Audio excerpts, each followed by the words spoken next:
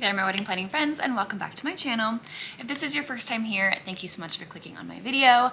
I'm Emily Summer. I'm a wedding planner based in Montana, and I make weekly videos on wedding planning tips and advice. So today's video is coming by request after I recently did a video all about the worst foods to serve at your wedding based on tips from the professionals, from actual chefs and caterers. And so today we're going to talk about the best foods to serve at your wedding, or just overall how to design a crowd-pleasing menu for your wedding. So the first tip that I have is to personalize your menu. Just because you have been to a lot of weddings where they had a chicken, fish, and a steak option, that doesn't mean that that is what it's expected or that's what you should limit yourself to when creating your wedding menu. You can be as creative as you want in here and provide as many options as you want, really.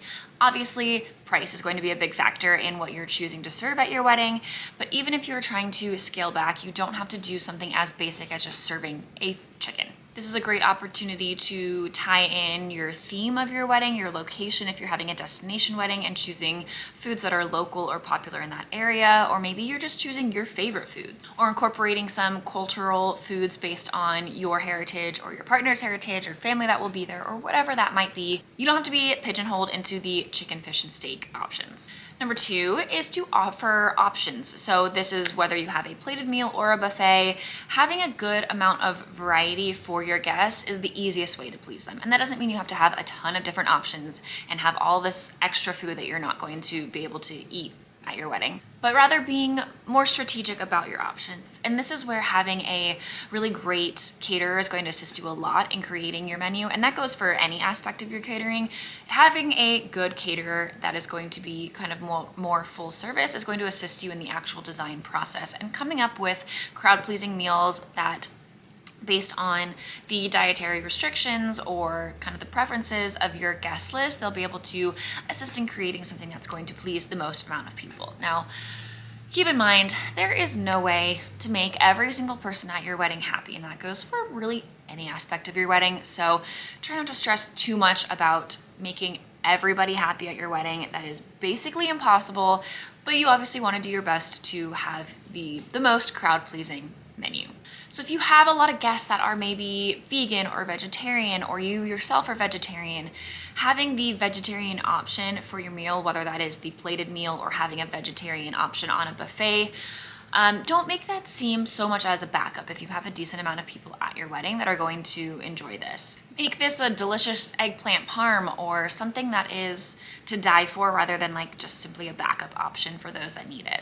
It's also good to offer a little bit of variety in kind of the richness of the food too. So if you have one option that is very rich, very heavy, it's good to have another lighter option for guests as well. My third tip is to stay in season. Not only is this going to be a lot less expensive, but it's also going to help maintain the quality of your meal, as well as kind of keep everything cohesive for your wedding day. Number four is give your menu a sense of place. And what I mean by this is, again, kind of make it fit your overall wedding vibe and your wedding location. So if you're getting married by the ocean, having a lot of good seafood options makes sense here.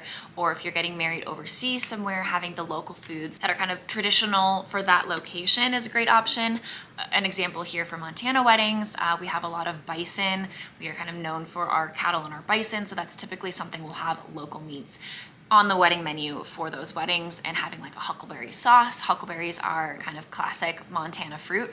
You can literally go out into the woods and hunt huckleberries here. So a lot of couples will choose to incorporate huckleberries a lot, whether that's salad dressing or a barbecue sauce for the bison or anything like that. Have it make sense for the location. That's also a great way to personalize it again and to kind of just make it all be this cohesive feel for your wedding day. Number five is to consider all of the senses. So obviously you want food that's going to taste good, but it's also nice if your guests walk in and they can instantly smell the food cooking and their mouths are just watering. The way that it's presented is also just as important. You're way more likely to please your guests by appealing to all of their senses than just having it be good tasting food. And finally, number six, touch base with your caterers as you lead up to your wedding. So you're probably going to be having an initial meeting, kind of drafting a a draft of your wedding menu in the very early stages of planning, but you want to make sure that you're touching base with them again and kind of getting into the nitty-gritty of everything on your menu and making sure that you're covering all of your bases, as well as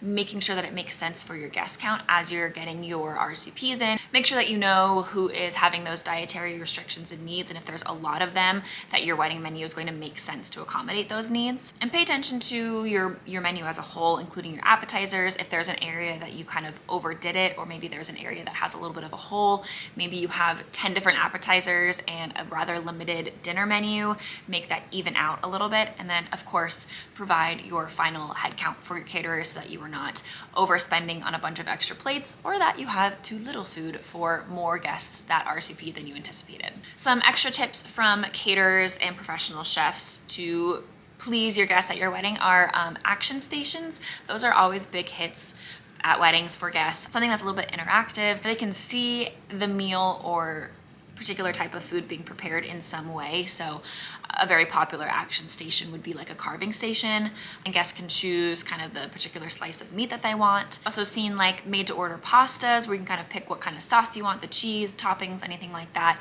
as well as like tacos similarly, or a fajita bar. I've seen a sushi rolling station. Obviously there's a big scale here on the financial side of that, but you can get really creative with action stations, and I've had some couples that will choose to just have a couple different action stations, and then guests can choose what experience they want for their meal. Also, grazing tables. These are always a huge hit. A grazing table is basically during your cocktail hour, whenever you're providing appetizers.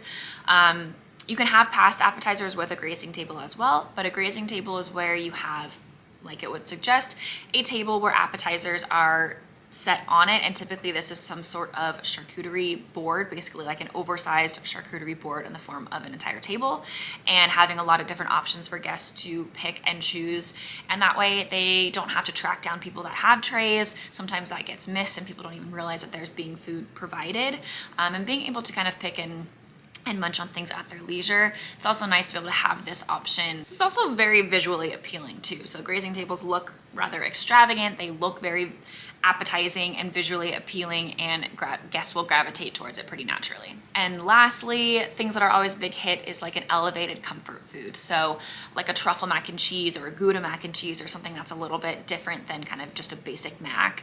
Pizzas is always great, and adding a little flair to that. So doing like a arugula, pear, balsamic pizza, or any kind of like artisanal pizza is a great way to have a very crowd-pleasing food, but kind of elevate it a little bit for your wedding. As well as basically any type of comfort food and just adding a little bit of extra flair. Food is a big part of your wedding, and it's a great way to appeal to your guests and be able to provide them with an enjoyable experience at your wedding.